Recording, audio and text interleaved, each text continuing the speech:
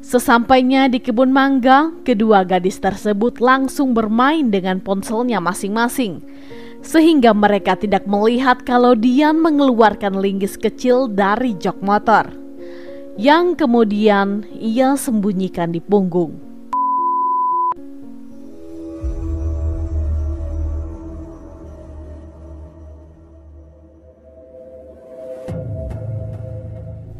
Hai semuanya, Assalamualaikum warahmatullahi wabarakatuh. Kembali lagi di YouTube channel saya, Lembaran Cerita. Semoga kabar kalian semua sehat selalu dan pastinya diberi kebahagiaan dalam menjalani hidup. Di video kali ini saya akan membahas tentang sebuah kasus yang terjadi di Indonesia, tepatnya di Gresik, Jawa Timur.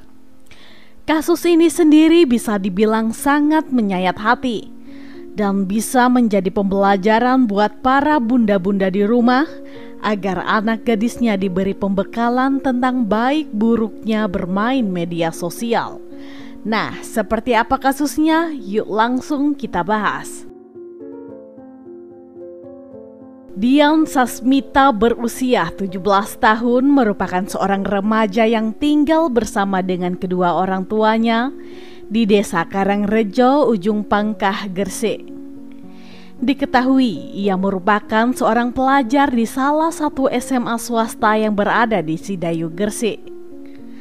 Sebagai seorang remaja, Dian senang sekali bermain media sosial, terutama Facebook. Ia pun lantas berkenalan dengan dua gadis remaja yang bernama Fadiatun Najiha, yang lebih akrab disapa dengan Diah, dan Nailu Sofi yang lebih dikenal dengan nama Vivi. Keduanya berusia 16 tahun. Nah guys, Vivi dan Diah ternyata sekolah di tempat yang sama, yakni MTS Al-Fatah. Dan kebetulan keduanya ini memang teman dekat. Semua kejadian ini bermula ketika Dian berkenalan dengan Diah dan Vivi pada 26 September 2014 melalui jejaringan sosial Facebook. Kala itu Dian menyembunyikan identitas aslinya kepada dua gadis tersebut. Ia mengaku kepada Diah jika namanya adalah Udin. Dian juga sempat memberikan nomor ponselnya dari provider XL agar memudahkan komunikasi di antara keduanya. Sedangkan kepada Vivi, Dian mengaku jika namanya adalah Andik. Nah, kalau tadi ia memberikan nomor XL-nya ke dia, ke Vivi ia memberikan nomor ponsel dari provider Indosat. Jadi satu orang remaja laki-laki ini menyamar menjadi dua orang yang berbeda kepada dua gadis remaja yang saling bersahabat.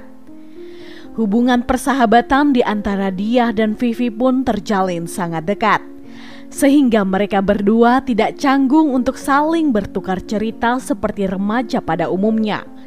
Diah sempat bercerita kepada Vivi jika dirinya berkenalan dengan seorang pria yang bernama Udin. Dan begitu pun sebaliknya, Vivi juga menceritakan kisah perkenalannya dengan Andik. Nah, baru beberapa hari semenjak perkenalan, pada 30 September 2014, Dian yang masih dengan penyamarannya sudah mengajak kedua gadis itu untuk bertemu. Namun karena takut, Vivi dan Diah pun menolak ajakan tersebut. Kedua penolakan itu ternyata membuat Dian sakit hati dan malah jadi semakin terobsesi untuk terus melakukan pendekatan dengan keduanya.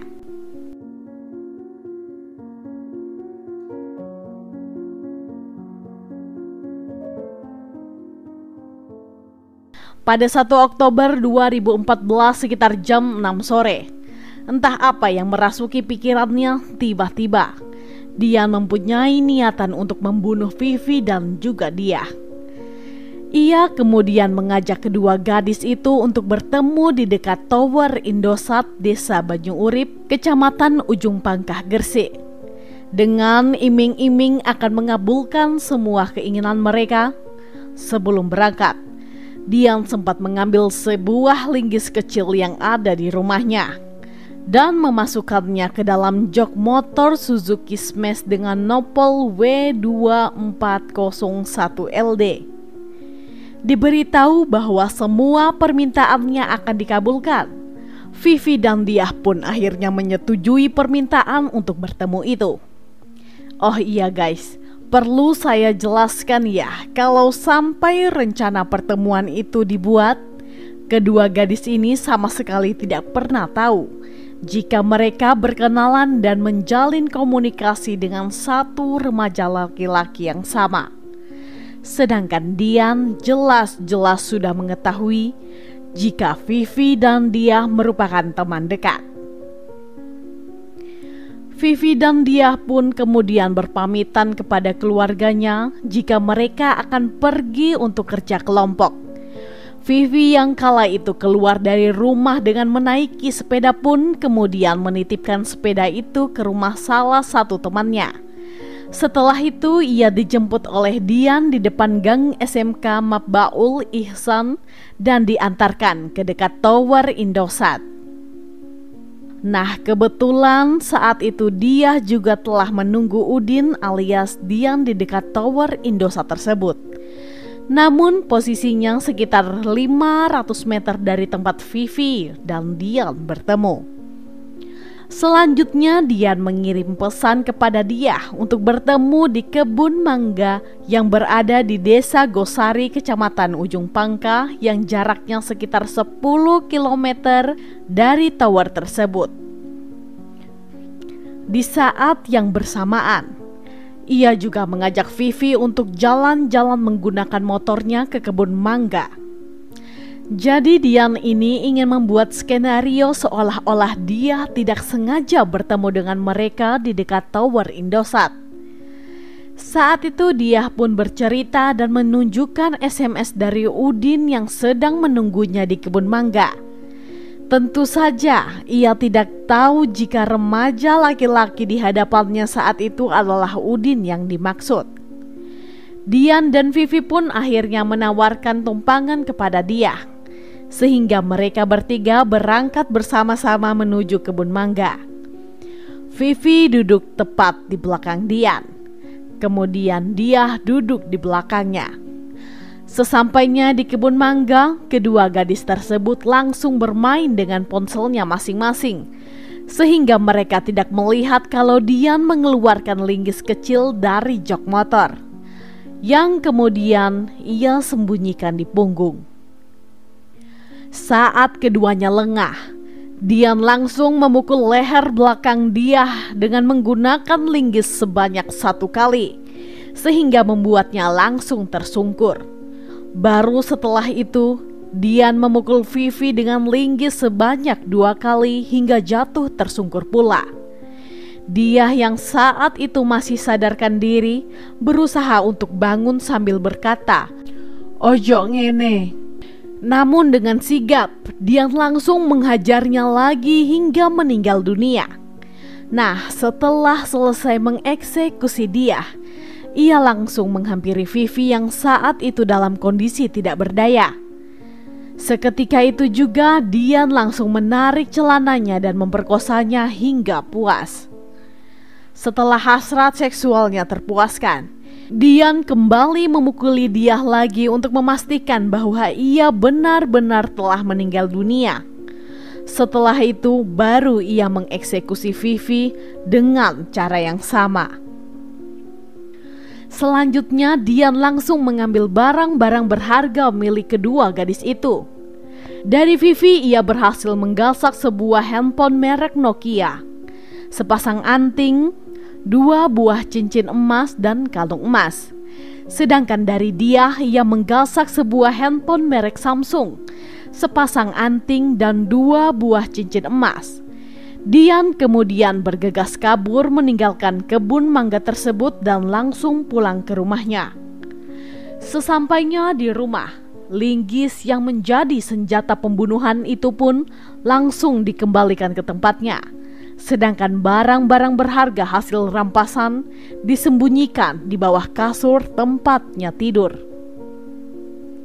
Setelah semuanya beres, Dian bergegas pergi untuk ngopi di sebuah warkop yang berlokasi di Desa Bolo, ujung Pangkah Gresik.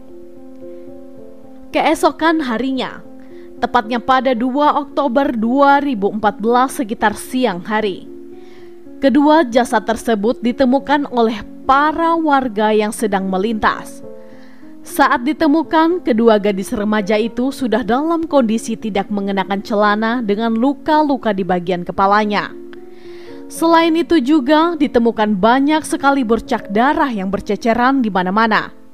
Para warga pun akhirnya melaporkan temuan tersebut ke kantor polisi terdekat.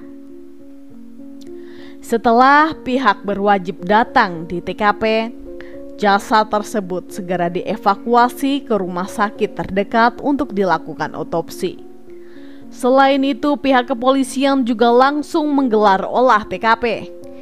Pihak kepolisian yang menangani kasus ini juga langsung melakukan penyelidikan termaksud mengecek akun media sosial milik keduanya.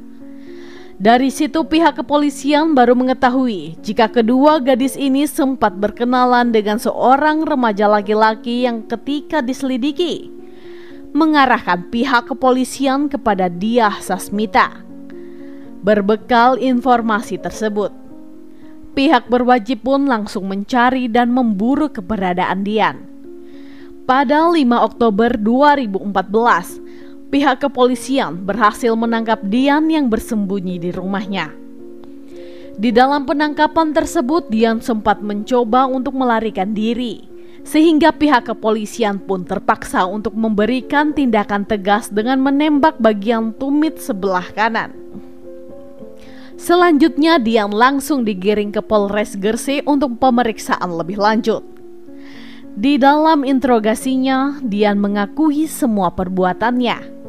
Untuk motifnya sendiri, ia mengaku terlanjur sakit hati dengan keduanya karena menolak ajakan untuk bertemu. Selain itu, Dian juga mengaku lebih kesal terhadap Vivi karena isi SMS-nya yang sempat membuatnya tersinggung.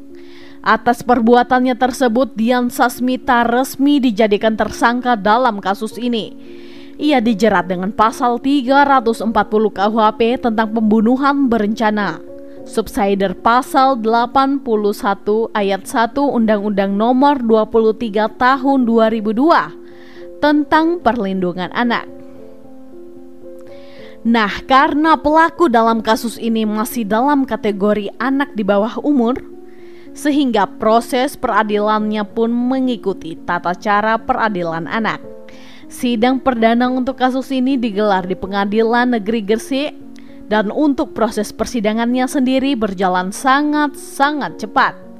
Pada 31 November 2014, Majelis Hakim Pengadilan Negeri Gresik menjatuhkan vonis hukuman penjara selama 10 tahun dan 1 tahun pelatihan kerja di Lembaga Pembinaan Khusus Anak atau LPKA di Blitar, Jawa Timur. Untuk sekedar informasi aja ya guys, vonis hukuman penjara selama 10 tahun itu merupakan angka paling maksimal yang bisa diberikan oleh hakim menurut ketentuan hukum peradilan anak.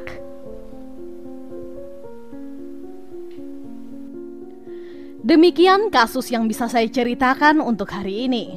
Gimana nih menurut pendapat kalian?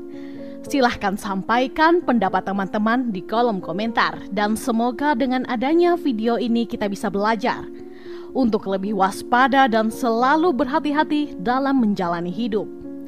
Saya sendiri tidak akan pernah bosan untuk mengingatkan, selalu libatkan Tuhan di setiap tindakan kita, karena kita tidak akan pernah tahu apa yang akan terjadi ke depannya. Oke, sekian dulu untuk video hari ini. Mohon maaf jika ada salah dalam tutur kata. Dan jika menurut kalian channel ini bermanfaat, mohon supportnya dengan cara mengklik subscribe, like, komen, dan jangan lupa untuk menyalakan tombol notifikasinya agar kalian tidak ketinggalan saat kami upload video terbaru. Sampai jumpa di video selanjutnya. Bye-bye.